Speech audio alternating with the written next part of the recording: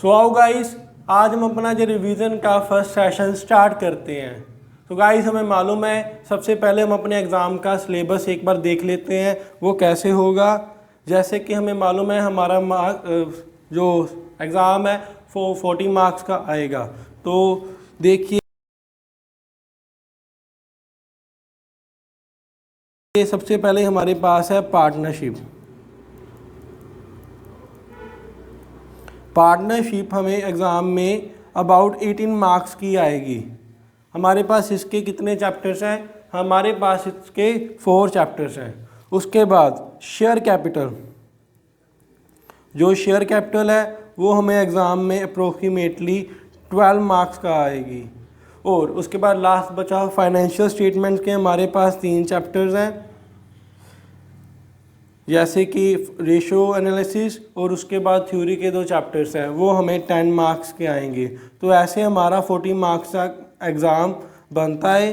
तो गाइस हमारी स्ट्रैटेजी भी यही रहनी चाहिए स्टडी करने की कि हमें सबसे पहले जो हमारा 18 मार्क्स का पोर्शन है दैट इज़ अ पार्टनरशिप, इसको स्ट्रॉन्ग करना है। उसके बाद आप उठाइए रेशियो एनालिसिस वाला, फाइनेंशियल स्टेटमेंट वाला पार्ट, वो भी इजी है, उसमें सिर्फ फॉर्मूलाज हैं तो वो भी आपको हेल्प करेंगे अच्छा स्कोर करने में। इसके साथ ही आपका 28 मार्क्स का पोर्शन तैयार हो जाएगा। फिर लास्ट में बचा आपका शेयर कैपिटल, जो कि एक हैवी चैप्टर है, आप उसको लास्ट में उठाए तो ही आपको बेनिफिट होगा। गाइस जो स्टूडेंट शेयर कैपिटल को हैवी मानते हैं और वो इन डेज में सबसे पहले शेयर कैपिटल उठाने के बारे में, शेयर कैपिटल प्रिपेयर करने के बारे में सबसे पहले सोच रहे हैं, तो गाइस आप शेयर कैपिटल को लास्ट में करें ताकि आपका जो रिमेनिंग 28 मार्क्स का चैप्टर है वो अच्छी तरह से रिवाइज हो जाए। तो गाइस मेरा भी स्टडी पैटर्न यही है आपको रिवाइज करवाने का कि आज हम अपने सेशन में स्टार्ट करेंगे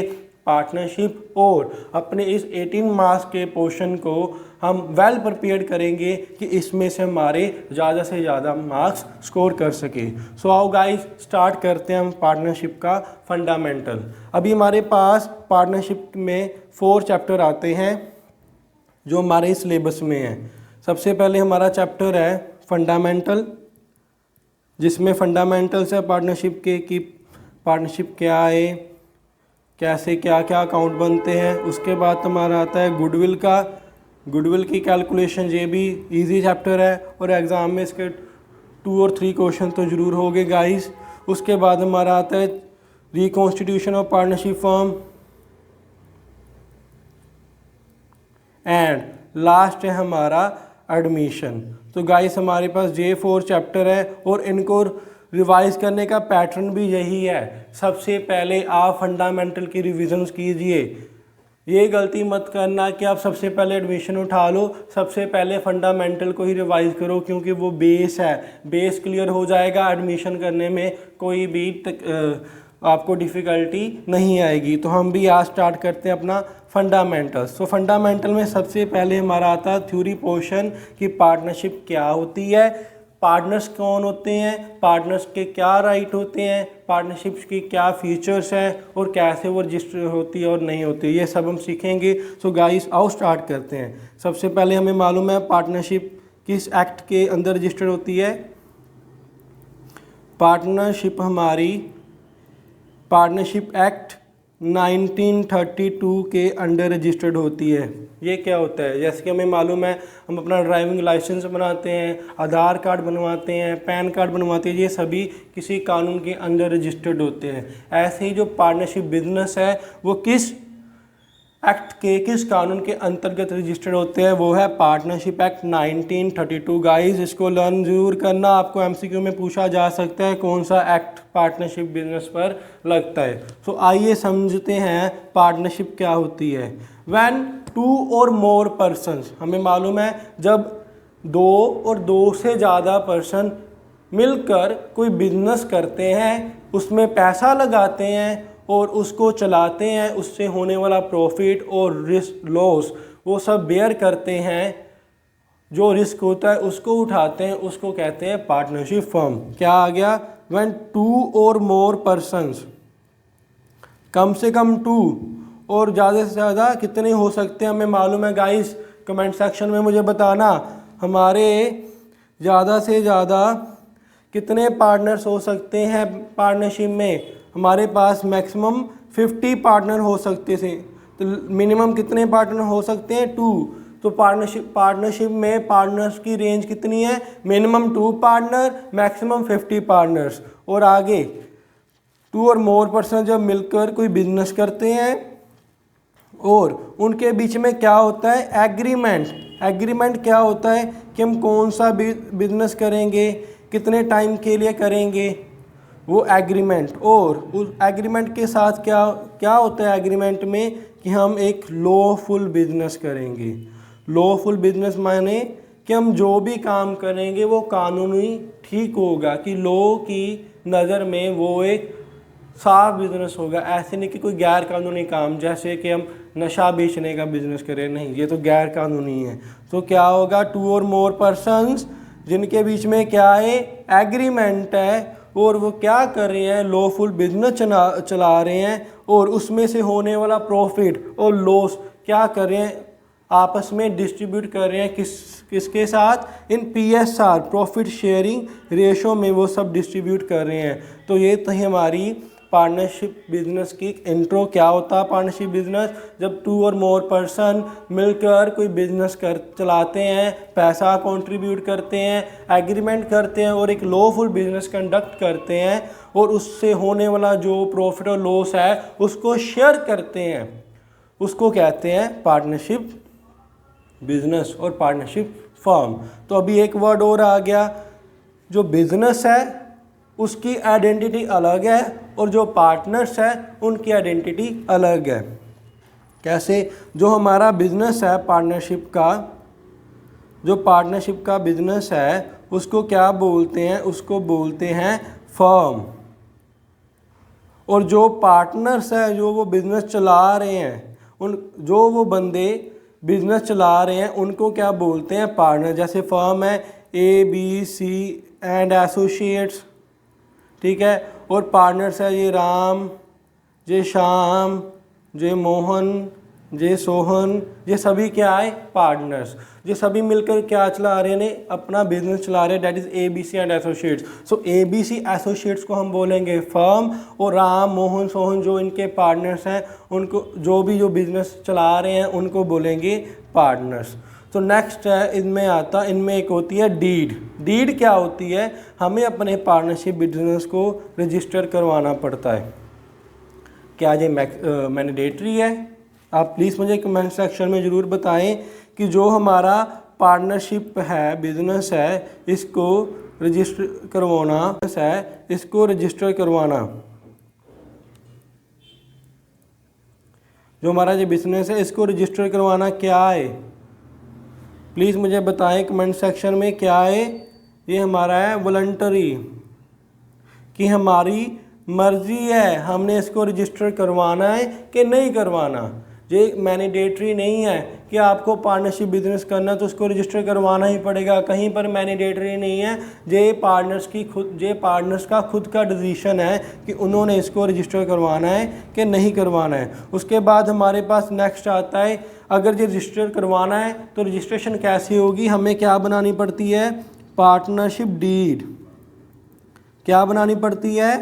पार्टनरशिप डीड। पार्टनरशिप डीड क्या है? This is the agreement that is registered. जो एग्रीमेंट पार्टनर्स के बीच हुआ है और जो रजिस्टर्ड हुआ है उसको कहते हैं पार्टनरशिप डीड। इसमें सबसे पहले क्या आता है? नेम ऑफ द फर्म, जो हम बिजनेस कर रहे हैं उसका नेम क्या है, जैसे हमने A, B and C associate रखा था। फिर हमारे पास आता है नेचर ऑफ बिजनेस,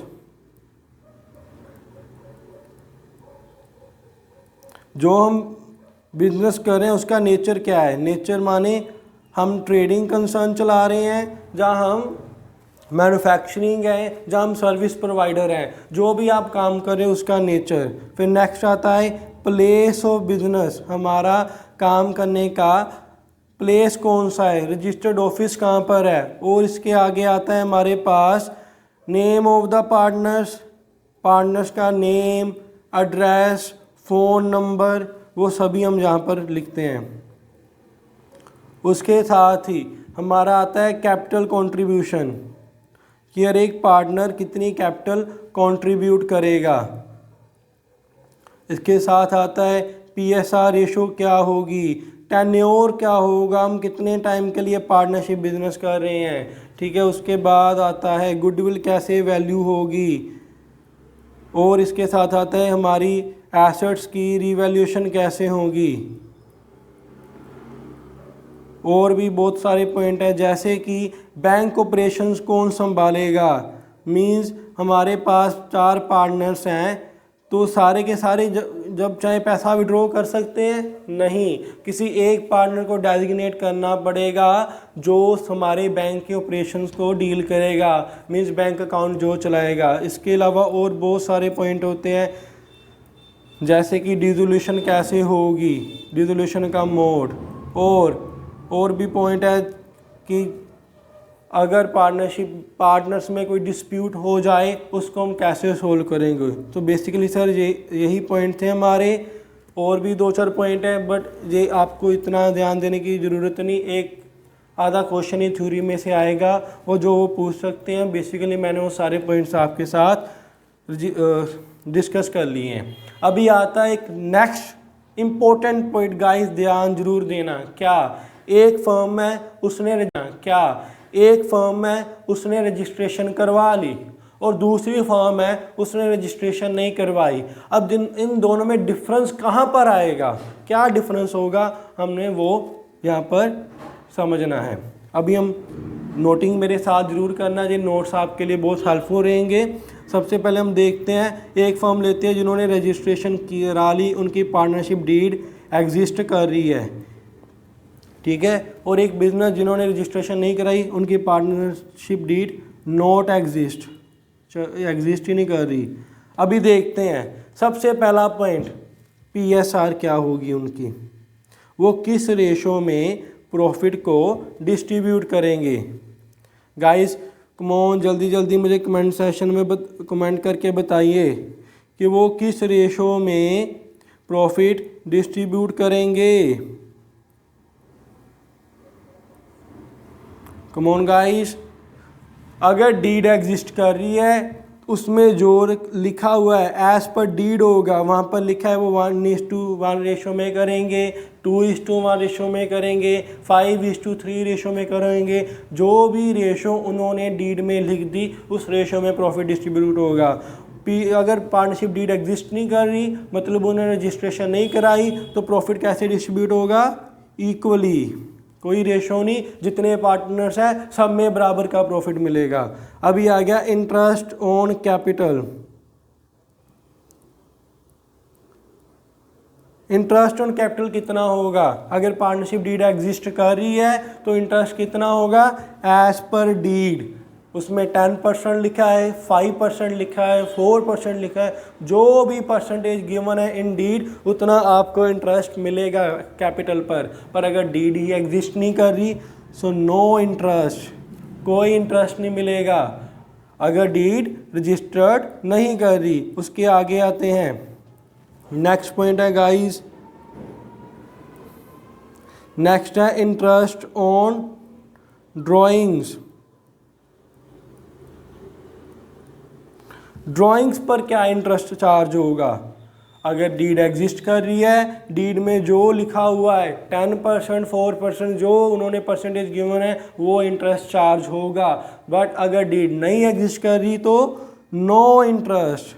उसके बाद आगे आ जाते हैं, नेक्स्ट पॉइंट है हमारा, कोई remuneration, commission, bonus, salary partner को मिलेगी कि नहीं मिलेगी। पार्टनर बिजनेस चला रहे हैं, पार्टनर्स को सैलरी मिलेगी, कमीशन मिलेगी, बोनस मिलेगा। अगर डीड में लिखा हुआ है कि मिलेगा तो उनको मिलेगा, जितना भी 10,000, 5,000 पर मंथ, 10% बोनस जो भी गिवन है इन डीड वो उनको मिलेगा एज पर डीड। बट अगर डीड ही नहीं है, रजिस्ट्रेशन ही नहीं कराई, तो उनको कुछ नहीं मिलेगा, कोई सैलरी नहीं, कोई बोनस नहीं मिलेगा। अभी हमारे पास लास्ट आता है इंटरेस्ट ऑन लोन। अगर पार्टनर ने बिजनेस को लोन दिया है तो उस पर कितना वो इंटरेस्ट चार्ज करेगा, बिजनेस कितना इंटरेस्ट उसको पे करेगा। अगर डीड एग्जिस्ट कर रही है तो एज पर डीड होगा, उसमें जितनी परसेंटेज गिवन है। बट अगर डीड एग्जिस्ट नहीं कर रही तो at the rate 6% per annum उसको इंटरेस्ट मिलेगा। तो गाइस ये बेसिक पॉइंट है, इसके ऊपर भी आपको क्वेश्चन पूछे जा सकते हैं कि आपने ध्यान से पढ़ना है कि डीड एग्जिस्ट कर रही है कि नहीं कर रही। अगर डीड एग्जिस्ट नहीं कर रही तो आप क्वेश्चन में कोई भी रेशो दी हो बट वहाँ पर लिखा हो डीड नॉट एग्जिस्ट, तो आपने प्रॉफिट को इक्वली डिस्ट्रीब्यूट करना है। अगर डीड एग्जिस्ट कर रही है जो परसेंटेज है उसमें ही करना है। आगे आ गया PSR, वो इक्वली जाएगी। इंटरेस्ट ऑन कैपिटल अगर डीड एग्जिस्ट है जो परसेंटेज गिवन है उसी में, अदरवाइज डीड नॉट एग्जिस्ट तो कोई नहीं मिलेगा। Interest on drawing, profit, partners को सैलरी मिलेगी, रेम्यूनरेशन कमीशन, ये सब भी ऐसे ही डील होंगे। सो आई होप गाइस आपको इतना पार्ट समझ आया होगा। नेक्स्ट टॉपिक है हमारा इंटरेस्ट ऑन लोन। तभी देखिए इंटरेस्ट ऑन लोन क्या होता है। किसी पार्टनर ने बिजनेस को लोन दे दिया, तो अभी वो बिजनेस क्या करेगा, पार्टनर को इंटरेस्ट देगा। तो जब पार्टनर ने बिजनेस को लोन दिया तब हम उसे कैसे रिकॉर्ड करते हैं, हम एंट्री पास करते हैं bank account debit to partners loan account. ये हमारी एंट्री पास होती है कि बैंक हमें पैसा रिसीव हुआ, किसने लोन दिया, पार्टनर ने, तो वो क्या हम क्रेडिट करेंगे टू पार्टनर्स लोन अकाउंट। तो अभी at the end of each year जब तक वो लोन रीपे नहीं होता, फर्म क्या करेगी, पार्टनर को इंटरेस्ट देगी। तो उसकी एंट्री क्या है, interest on loan account debit to partners loan account. तो हमें मालूम है कि जो भी एक्सपेंस और इनकम होती है वो पहले रिसीव होती है और उसके बाद वो ट्रांसफ़र होती है। कहाँ पर ट्रांसफ़र होती है, प्रॉफिट एंड लॉस अकाउंट में। ऐसे ही एक्सपेंस है वो पहले ड्यू होते हैं, पे होते हैं और उसके बाद वो ट्रांसफ़र होते हैं। तो अभी जो हमारा इंटरेस्ट ऑन लोन बिजनेस का क्या है, एक्सपेंस है, बिजनेस को पैसा देना पड़ रहा है, तो इसको कहाँ पर ट्रांसफ़र करेगा, प्रॉफिट एंड लॉस अकाउंट में ट्रांसफ़र करेगा। क्या एंट्री पास होगी, profit and loss account debit to interest on loan account. I hope guys आपको ये टॉपिक क्लियर होगा। अभी नेक्स्ट पर देखते हैं, हमारे पास है profit and loss appropriation account क्या होता है। तो आइए मैं आपको +1 की क्लास में वापस लेकर जाता हूँ। वहाँ हम financial statement of sole proprietorship की बनाते थे। क्या बनाते थे, उसमें सबसे पहले बनता था ट्रेडिंग अकाउंट, वहाँ से क्या निकलता था, ग्रोस प्रॉफिट। फिर हम बनाते थे प्रॉफिट एंड लॉस अकाउंट, वहाँ से क्या निकलता था हमारा, हम ग्रोस प्रॉफिट को कैरी फॉरवर्ड करते थे, वहाँ पर ब्रॉड फॉरवर्ड करते थे और वहाँ जो इनडायरेक्ट एक्सपेंसेस थे, इनडायरेक्ट इनकम थी, वो सभी उसमें ट्रांसफ़र करके हम अपना नेट प्रॉफिट निकालते थे। सबसे पहले ट्रेडिंग अकाउंट बनता था, फिर प्रॉफिट एंड लॉस अकाउंट बनता था। अब जो profit and loss appropriation account है, जे कब बनता है, जे बनता है प्रॉफिट एंड लॉस अकाउंट के बाद। मीन्स हमारा जो profit and loss appropriation account है वो किससे स्टार्ट होता है, the profit and loss appropriation account is started with net profit और net loss.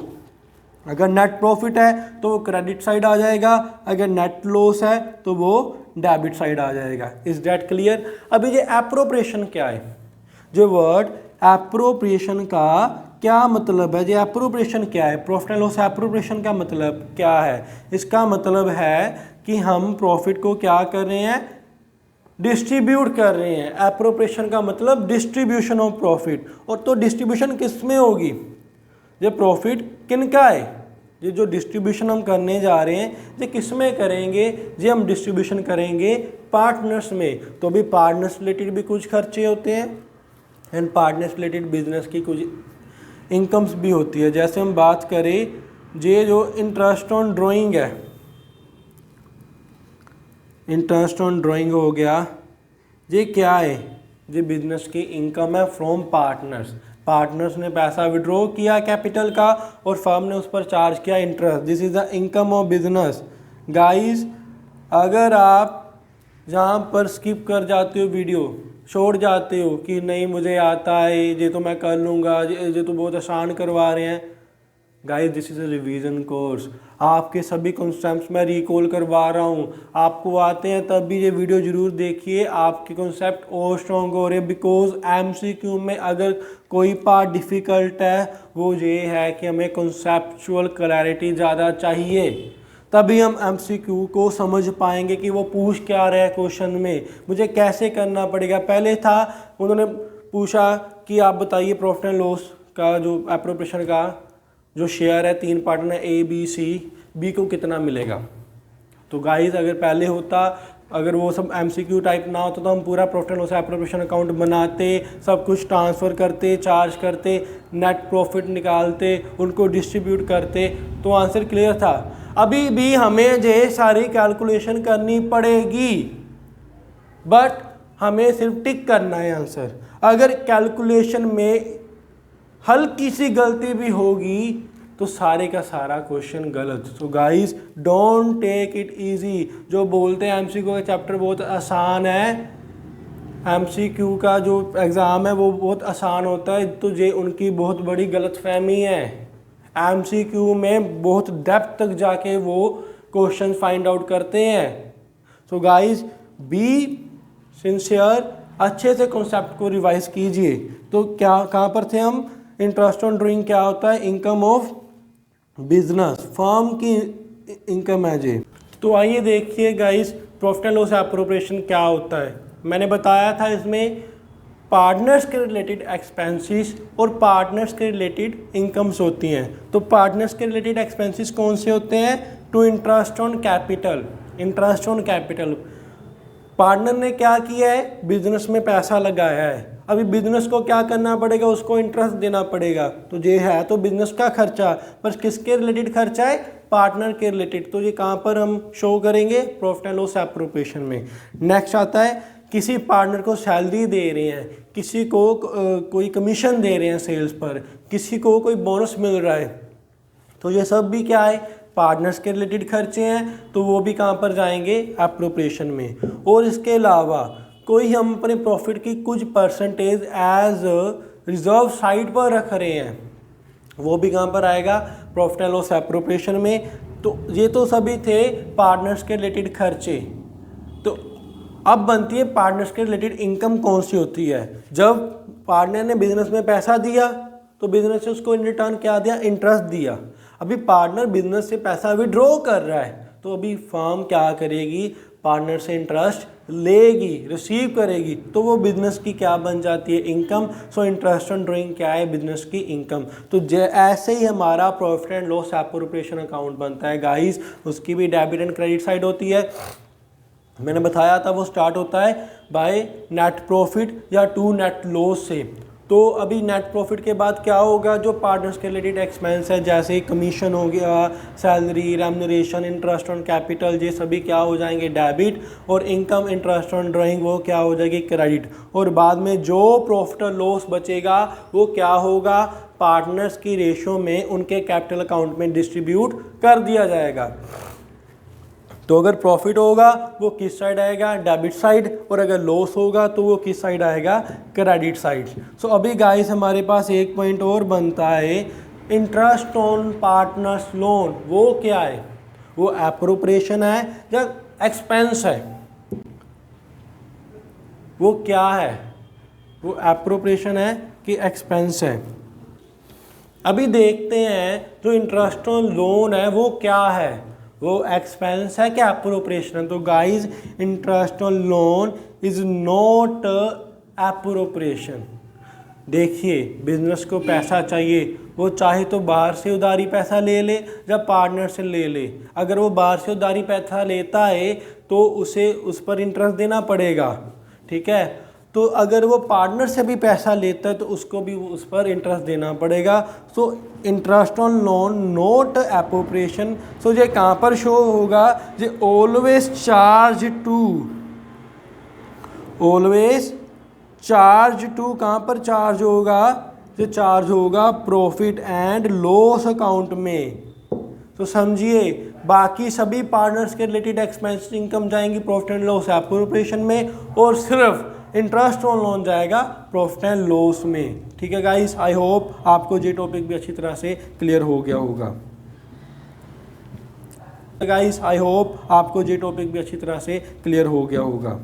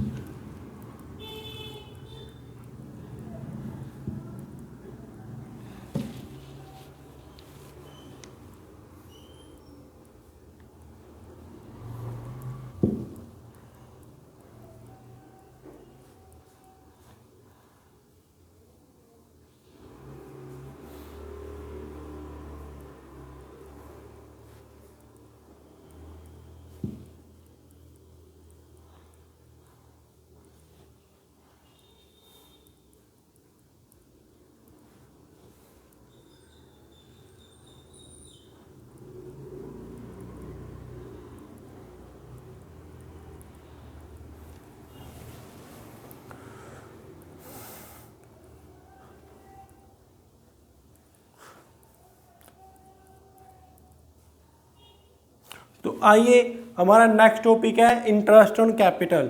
Interest on capital किस पर चार्ज होता है?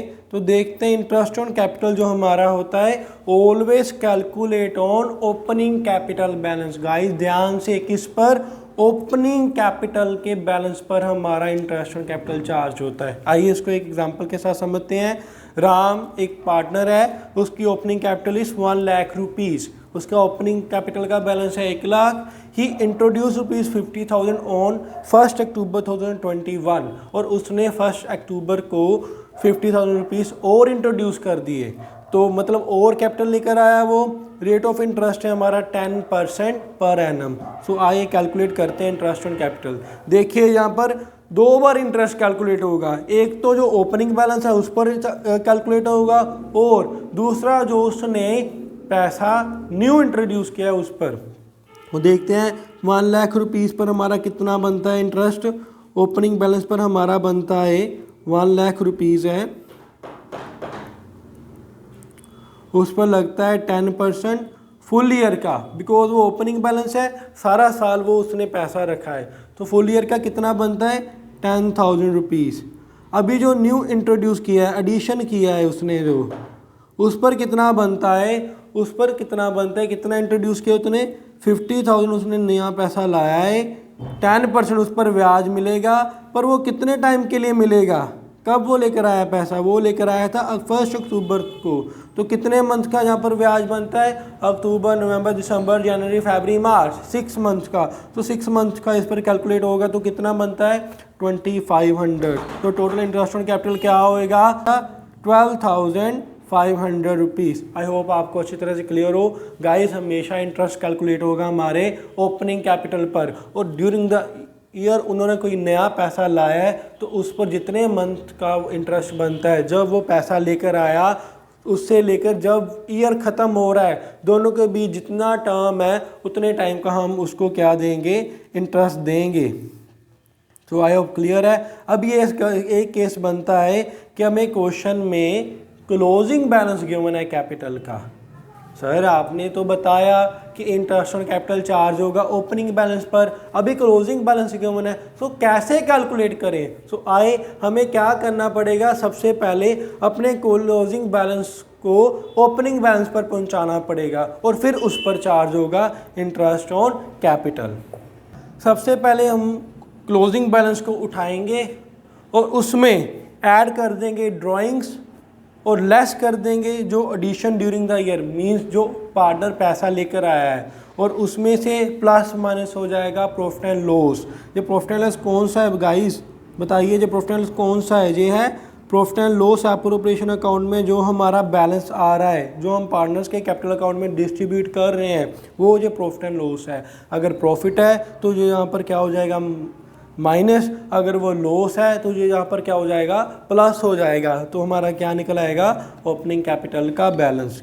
दोबारा से देखते हैं, अगर हमें क्लोजिंग बैलेंस गिवन है उसमें क्या करें, ड्राइंग्स को ऐड कर दें, लेस कर दें एडिशन ड्यूरिंग द ईयर, और अगर प्रॉफिट है उसको लेस कर दें, अगर लॉस है उसको प्लस कर दें, तो हमारा क्या आ जाएगा, ओपनिंग कैपिटल बैलेंस आ जाएगा। और इसके बाद हमारे पास दो तरह के कैपिटल अकाउंट होते हैं, हमारे पास दो तरह की कैपिटल होती है गाइस। कौन कौन सी? एक होती है फिक्स्ड कैपिटल और एक होती है फ्लक्चुएटिंग कैपिटल। कौन सी? एक होती है फिक्स्ड कैपिटल एंड एक होती है फ्लक्चुएटिंग कैपिटल। फिक्स्ड कैपिटल में क्या होता है कि हमें पार्टनर्स की कैपिटल को फिक्स रखना है, उसको अप डाउन नहीं करना, उसको इंक्रीज और डिक्रीज नहीं करना, जो कैपिटल है वही रहेगी। तो उस केस में हमारे पास दो अकाउंट बनते हैं, first one is partners capital account and other one is partners current account. और अगर पार्टनर्स की कैपिटल फ्लक्चुएटिंग कैपिटल है, मीन्स वो अप डाउन करती रहे, तो हम सिर्फ एक ही अकाउंट बनाते हैं, that is a partners capital account.